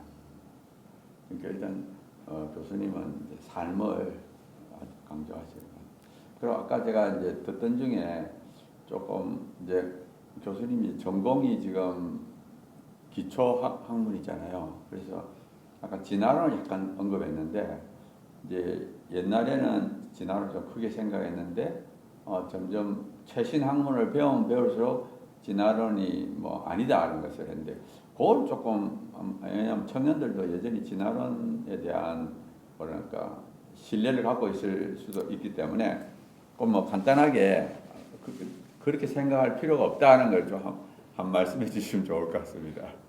뭐 유튜브에 보면 제가 진화론에 대해서 비판한 게 여러 개가 있으니까 네. 그 중에 한번 보시면 좋은데, 네. 진화론은 이념이다라고 저는 생각합니다. 네. 왜냐하면 굉장히 유명한 과학계의 리더들이 이 종교가 과학에 간섭하는 것을 막기 위해서는 진화론이 유물론적인 생각이 반드시 필요하다. 그 이야기를 굉장히 많은 사람들이 했고요. 그다음에 우리 존 레녹스 같은 기독교 변증하시는 그분도 이제 수학을 하기 때문에 과학자인데, 그분이 대학원 과정에서 이제 옥스퍼드 대학에서 C.S. 루이스가 강연했던 그런 곳에서 이제 이 진화론 같은 걸 강의를 하는데, 손을 들고 이제 그 성경적인 관점에서 질문을 했을 때 어떤 교수님이 자기를 불러가지고 어색한 방으로 끌고 가가지고 네가 그렇게 그 진화론에 대해서 그런 태도를 가지면 성공할 수 없다. 과학계에서. 그런 충고를 하고 나중에 온 다른 여러 교수님, 유명한 교수님들이 자기를 둘러싸고 거기에 대한 걸 막 주입하려고 하는 거를 자기가 느끼고 그 자리를 도망쳐 왔다는 이야기를 합니다. 그러니까 이거는, 그리고 캘리포니아 주의 과학 교사들을 위한 지침서에 보면은 진화론과 창조라는 이것이 어느 것이 더 신뢰할 수 있기 때문에 진화론을 믿으라는 게 아니고, 과학계에서는 이 보이지 않는 신을 이야기하는 거는 배제를 해라. 그렇기 때문에 진화론은 모든 과학계의 사람들이 인정하는 것이다 라고 학생에게 가르쳐라. 그러니까 너는 이제 종교적인 이유 때문에 진화론에 대해서 반대할지 몰라도 지금의 과학계 모든 사람들은 이걸 받아들이고 있고 그게 학교에서 가르쳐져야 된다. 이렇게 이야기하라고 하는 거죠. 그런 이념이라는 것 한 가지 하고, 그 다음에 진화론은 진화라는 이야기를 하도 온 군데 다 써가지고 뭐를 진화라고 하는지를 이해할 수가 없어요. 경제의 진화, 진화 심리학, 뭐 이런 것까지 나오고 있거든요. 그럼 진화가 뭐냐는 거죠. 뭔가 변화하는 것 중에 좋을 것 같다 싶은 거에 다 진화를 붙이는 거예요. 그런데 최초의 진화론은 다윈의 종의 기원이었습니다. 그건 뭐냐 하면 생물에서 어떤 하나의 종에서 다른 종으로 종의 분화가 일어난다. 그건 시간이 많이 흐르고 어떤 여러 가지 요소가 가해지면은 하나의 종이 다른 종으로 변한다. 이게 다른 종으로 변화하는 것을 진화라고 이야기를 했습니다. 그런데 요즘은 진화를 뭐를 이야기하냐면은 젖을 많이 짜는 양, 털을 많이 만드는 양, 이거를 진화라고 이야기합니다. 그 같은 종 안에서 좀 특성이 달라지는 것을 진화라고 이야기를 해요. 그러면 이제 우리가 그걸 구분하자면 그걸 소진화라고 이야기해요. 종을 넘어서지 않는 것. 그러면 대진화의 증거는 누구도 제시하지 못했습니다. 화석 이야기하는데 그것도 없고 모든 책에 나온 교과서에 나오는 것들은 이념적인 거예요. 이걸 과학적인 것으로 포장하기 위해서 과학의 모양을 띄우도록 만들어서 과학책이 있는 거지 이건 과학은 아닙니다. 형이상학 그러니까 세상의 기원, 우주의 기원, 생명의 기원, 기원론을 따지는 것은 결코 과학적인 방법으로 증명할 수도 없고 재현할 수도 없고 직접 관찰할 수도 없습니다. 그렇게 할 수 없는 것은 과학이 아니죠. 그렇기 때문에 저는 우리 교과서 그 학생들 배울 때 철학이 있어요. 철학에서 다루는 가장 첫 번째가 형이상학, 기원론, 존재론입니다. 내가 어떻게 생기고 나는 어디서 나왔을까 하는 그 기원론을 거기서 창조와 진화로 다룰 수 있을 거라고 생각합니다. 과학에서 다룰 이야기가 아니라는 거죠. 그 다음에 제가 이제 저희 최신 학문으로 그 생명의 기원을 진화로는 이야기할 수 없습니다. 천둥이 우르릉 쾅 쳐가지고 아미노산이 생기는 것까지는 그 사람들이 뭐 이야기는 했는데 그 다음에 생명의 이야기는 절대 못하는 거죠. 그러나 최근에 2021년에 셀이라는 생명과학의 가장 최고의 잡지에 뭐가 나왔냐면은 가장 작은 생명체를 자기들이 합성해서 만들었는데 그게 이제 마이코플라즈마 제니탈리움이라는 그 우리 폐결핵을 일으키는 균하고 비슷한 거예요. 같은 사촌간인데 그거의 유전자가 가장 작고 한 500개의 유전자를 가지고 있고 이 길이도 한 50만 베이스. 그러니까 염기가 한 50만 개 연결되어 있는 게 유전 그거고 크기도 가장 작은 그 생명체가 있는데 그걸 밖에서 자기들이 합성해서 다른 그 박테리아의 껍데기 속에 넣었더니 얘들이 점점 변해가지고 원래 그 유전자를 가지고 있던 박테리아 모양으로 바뀌더라.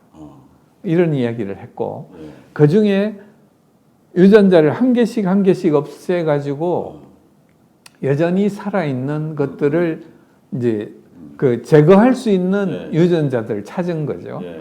찾아가지고 해봤더니 한 480개, 500개 중에 한 480개까지는 있어야지 한 20개밖에 못 줄인다는 거죠. 그리고 그것도 장기적으로 한 게 아니고 최소한 얼마 동안은 얘들이 생명체로서의 그 세포 분열도 하고 자기가 스스로 자기의 생명을 유지할 에너지를 얻고 하는 것들이 가능하더라 하는 것을 그 밝혀가지고 자기 그들이 그 기관의 이름을 따가지고 그 기관 JCVI 신 합성 생물체 3.0이라는 걸 만들었어요. 그 이야기는 뭐냐면 생명 현상이 일어나기 위해서는 최소한 480개의 유전자와 그걸 만드는 단백질과 그로부터 만들어진 단백질과 그의 껍데기가 되는 세포막과 그 안에 단백질을 이렇게 만들 수 있는 공장 같은 세포 소기관들이 한꺼번에 있어야 된다. 펑 하고 한꺼번에 나와야 되지 진화론자들이 이야기하는 것처럼 하나의 단백질이 생기고 혹은 하나의 RNA가 생기고 하나의 DNA가 생겨가지고 생명체가 이 반복적으로 자기하고 똑같은 것을 만들어서 그 반복하는 과정이 진화라는 게 생기거든요. 반복이 안 되면 처음부터 아미노산 하나로부터 다시 시작해야 되거든요. 진화는 있을 수 없다는 거죠. 그게 한계고 그 사람들이 이야기하는 종의 분화는 제가 이제 전공을 하고 있는 분자 유전학이거든요. 예. 유전학을 이야기할 때 유전학은 어머니로부터 온 난자에서 온 유전, 염색체하고 아버지로부터 온 정자에서 온 염색체, 이게 각각 23개, 23개가 합쳐서 하나의 수정란이 되는 거예요. 46개의 염색체가 있는 거예요. 그런데 1번 염색체가 2개, 그게 아버지에게서 온 거, 어머니에게서 온 거예요. 그렇게 해서 우리의 염색체의 정보는 그렇게 결정이 되는데, 자기의 정자와 난자가 만들어질 때는 아버지에게서 온 염색체와 어머니에게서 온 염색체를 섞어야 돼요. 섞는데 한쪽의 거를 다른 쪽에 많이 주면 이쪽은 모자라고 이쪽은 많아지겠죠. 유전 정보가. 그러면 아까 500개에서 480개까지밖에 못 줄였는데, 하나의 유전자가 없으면 생명이 안 되는 경우가 많아요. 예. 2개의 유전자가 날아가가지고 딴 데 갖다 붙으면 많아진 쪽이나 적어진 쪽이나 문제가 생기는 거예요. 똑같은 자리에서 바꿔치기를 해야 돼요.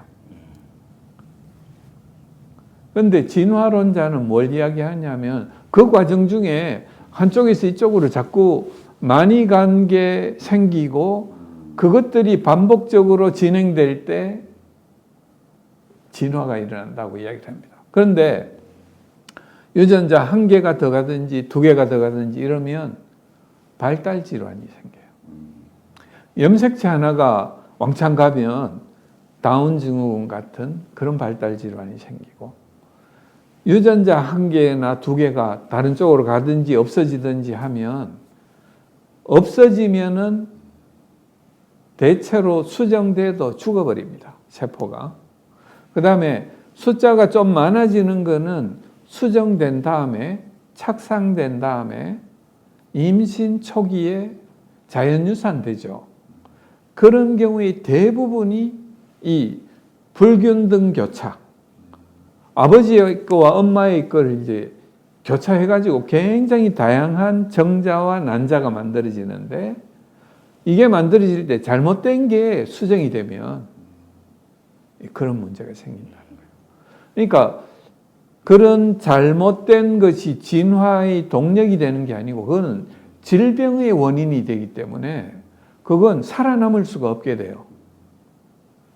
그래서 원래 그대로의 형태로 존재하지 않으면 항상 질병이 생기기 때문에, 돌연변이는 99.9%가 전부 질병이에요. 나쁜 방향으로 가요. 그런데 조금 좋은 거는 좋은 방향으로 간다고 이야기하는 것도 하나의 측면에서 좋지, 다른 측면에서는 우리가 그걸 알 수가 없습니다.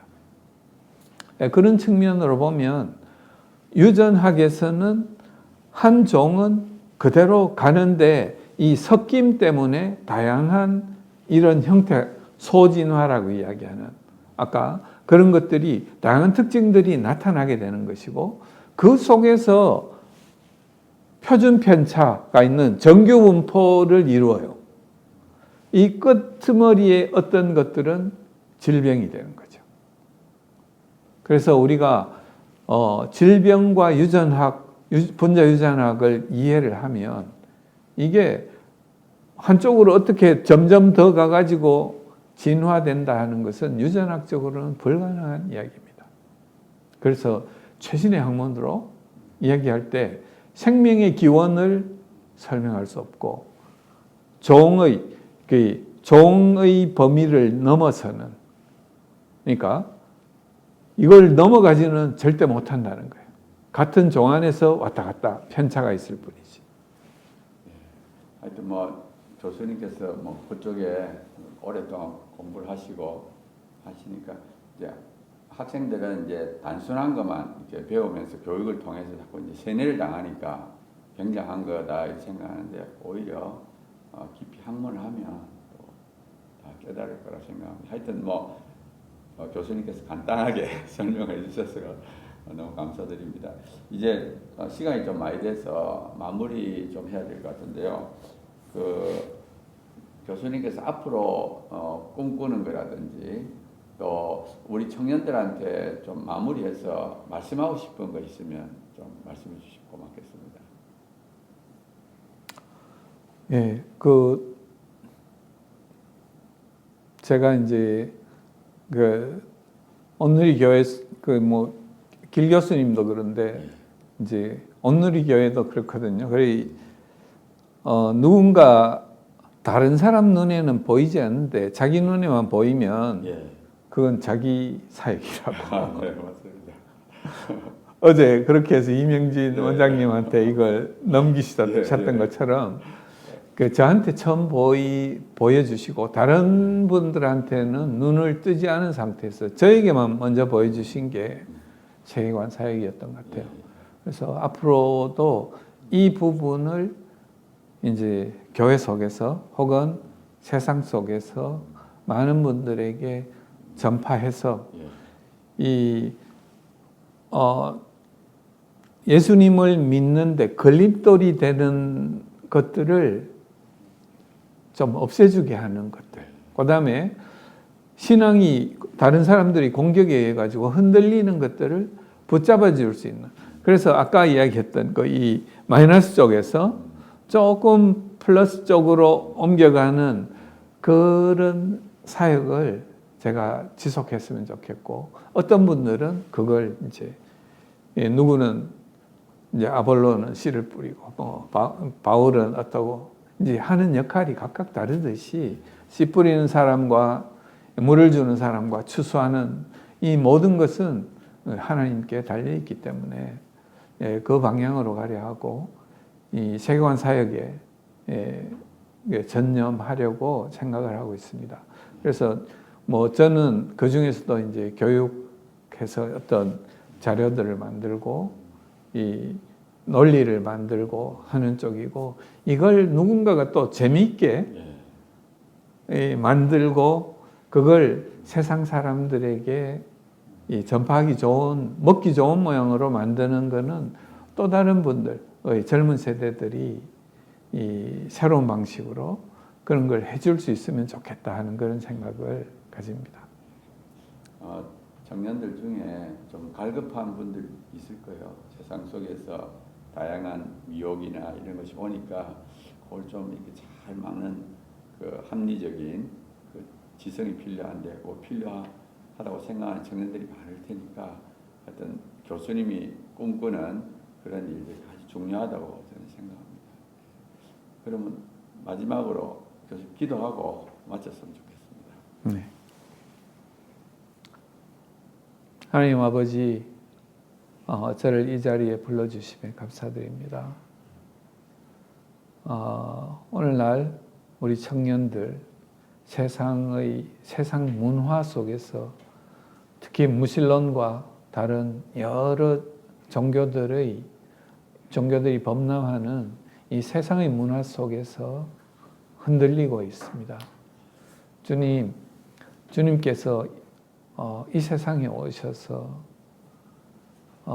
하나님께서 우리와 함께 하시고 그분이 우리 죄를 대속하시고 또 그 십자가에서 살아나심으로 부활하심으로 우리에게 그분이 하나님이심을 인치신 그 예수 그리스도를 믿기만 하면 우리를 의롭다 인정해 주신다는 그 복음을 우리가 받아들이도록 해주시고, 그 복음을 받아들이는데 장애가 되는 세상의 모든 것들을 우리 청년들의 눈과 귀에서 제거해 주시고 그들이 성경 말씀에 집중하게 하시고 그 말씀을 방어할 수 있는 세계관적인 지식도 그들이 가질 수 있도록 주님 인도하여 주옵소서. 아멘. 주님, 우리 젊은 청년들, 하나님 앞에 온 청년들, 그리고 앞으로 올 우리 다음 세대 청년들을 축복합니다. 주님, 그들을 붙들어 주시고 그들과 항상 함께하여 주시옵소서. 예수 그리스도의 이름으로 기도드립니다. 아멘.